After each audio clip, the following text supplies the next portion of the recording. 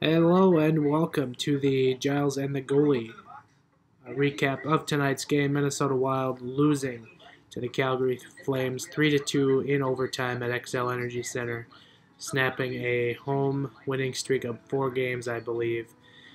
And really, in this hockey game, the Minnesota Wild looked like a team that did not want to be on the ice for 2 periods.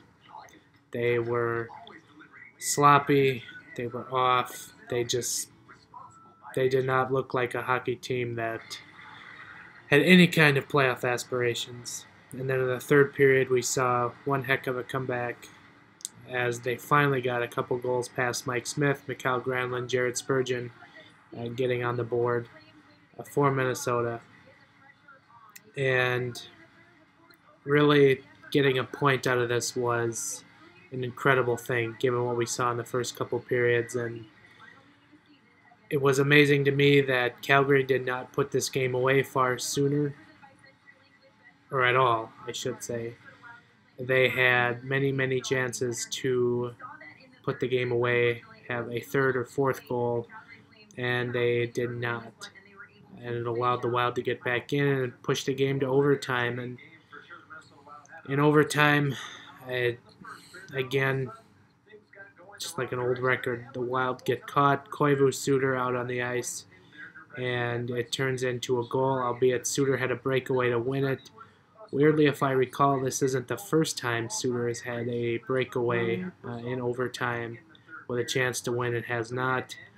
It is a very odd thing I'm starting to notice from him, and you'd like to see him put one away at some point, but he cannot. So you hope that the next time that happens, it's a defenseman like Spurgeon or Matt Demba who was sitting in the penalty box as the game ended. But I'm sure you're going to hear more about how good the Wild are at home, which we got a very heavy dose of on the TV broadcast tonight, but disappointing performance from the Wild overall. Yes, they got a point, but honestly, they needed to, and they have tough games ahead. They have Chicago, who won 7-4 over Ottawa tonight. They will be at the United Center tomorrow. And then they have Winnipeg on Saturday, and the Jets are the Central Division leaders. So the Wild have their work cut out for them as the Blackhawks are trying to fight their way out of the Central Division basement. If the Wild do not get points against the Blackhawks tomorrow, I believe the Wild will be holders of last place in the Central Division, which is not something you want to say on January 10th. And yeah, that's about all you can say to that. Don't want that at all. We did get one listener question in here. I hope you guys toss in some more questions as we kind of carry on with the live stream here. But we got one from Jesse. Does it look like a playoff team to you? As he asks in to our Twitter account at GatG Wild Podcast. Does it look like a playoff team to you? And if so, are they anything more than a one and done? Well, tonight they didn't look like a playoff team at all. We know that somewhere in that dressing room there is a remnants of a playoff team, but whether they actually put it together remains to be seen. I think really all this team knows how to do well is scrap and claw its way into a playoff spot, with the exception of last year, which may turn out to be an anomaly in the Chuck Fletcher era. Every other Minnesota Wild team has had to scrap and claw its way into the playoffs. And maybe last year was just that one year where they didn't have to. They got in with ease, and they just ended up having a March swoon that just broke their season. But are they a one and done?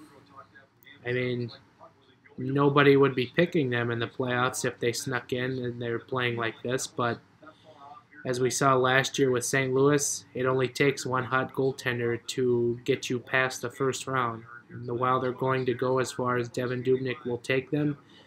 And if he continues to play well, as he had been before the Colorado game on Saturday, I think they do have a chance. But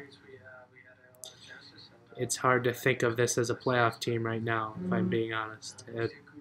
It's just not how I think of this team. So I'm not sure what will fix this team.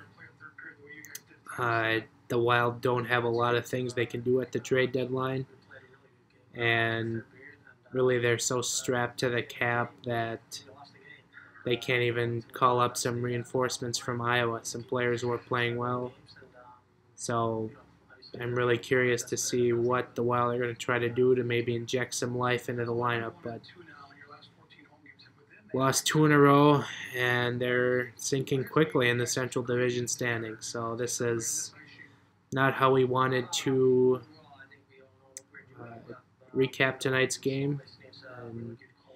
If you're looking at it from a glass half full, yeah, they got a point, but they needed 2.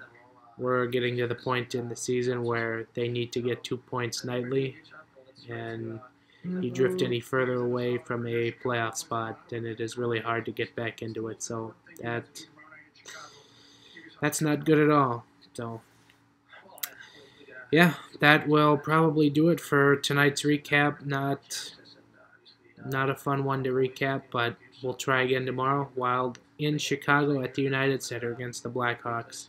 Like I said, Blackhawks coming off the 7-4 win over Ottawa tonight, and they will try to make it 2 in a row, and they will try to get up over the Minnesota Wild in the standings as they try to right the ship there. So that'll do it for us. If you have not yet, do check out our most recent podcast, episode 132, right here on the YouTube channel. Dan Myers of Wild.com joined the show. We kind of dissected the Minnesota Wild at the halfway mark of the regular season. And yeah, so that'll do it. We will see you tomorrow.